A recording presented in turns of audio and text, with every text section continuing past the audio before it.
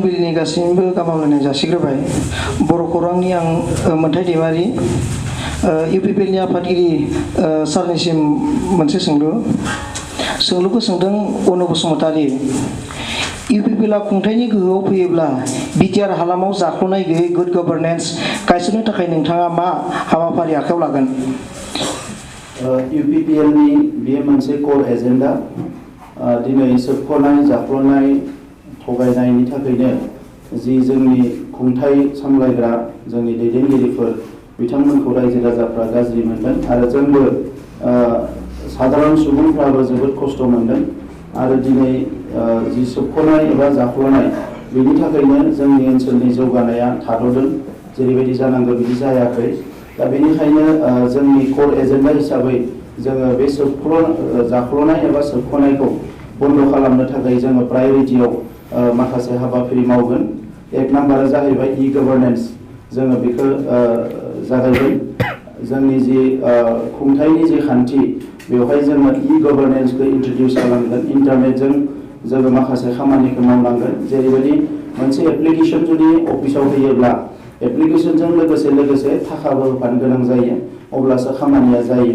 दा बे एप्लिकेसनखौ अफिसाव होआलासिनो जेब्ला बियो गावनि पार्सनेल मबाइलजों एप्लिकेसनखौ हरगोन आरो बे एप्लिकेसनखौ बे पार्टिकुलार अफिसा रेजिस्टार खालामनानै बेखौ प्रसेस स्टार्ट खालामगोन, अब्ला बेवहाय थाखा फैसानि खोथा थाया आरो बेखौ जोङो सेन्ट्रेलाइज मोनसे ट्रेकिं सिस्टेम खालामगोन। जोङो जिखिनि 47 डिपार्टमेन्ट जासिगोन, दा बे 47 डिपार्टमेन्टआव बिनि गुबुन गुबुन थाखोनि जि अफिस दङ गाहाय थाखोसिम जोङो बेखौ ट्रेकिं सिस्टेम खालामगोन आरो बेवहाय नाम्बार थागोन।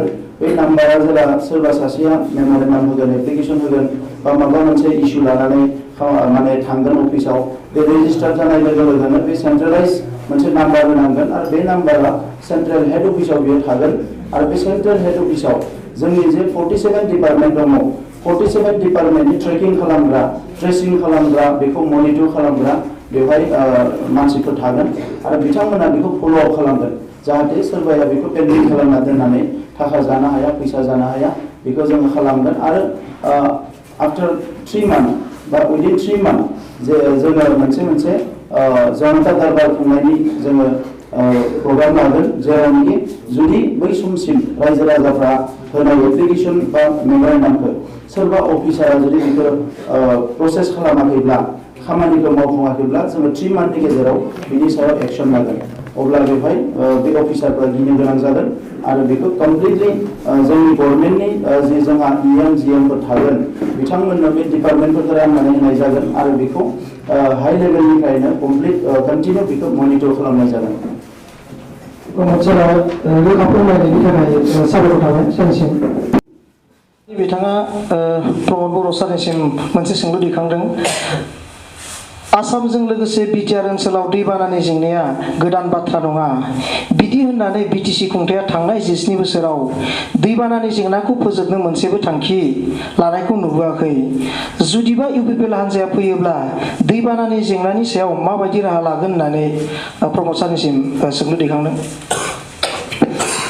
जोंनियाव 10तासो दैमा दङ जायफ्रानोखि जोबोद खुरखायो, संकसनिफ्राय लानानै धनस्रिसिम आरो माखासे फिसा फिसा दै दङ, बिसोरबो दैज्लां बोथोराव जोबोद मोनसे गोख्रों महर लानानै बिराद इर'सन खालामो, खुरखायो।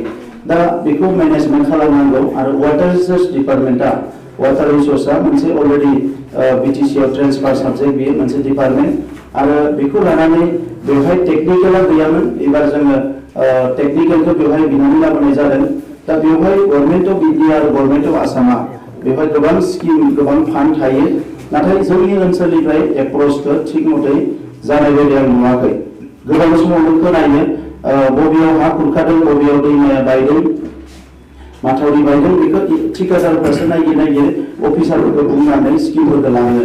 माने जोंनि डिपार्टमेन्टआ जे बिनि सायाव थोंजोङै भारत सरकार, आसाम सरकारजों जे एप्रोच खालामनांगौ बेयो जोबोद खम जायो।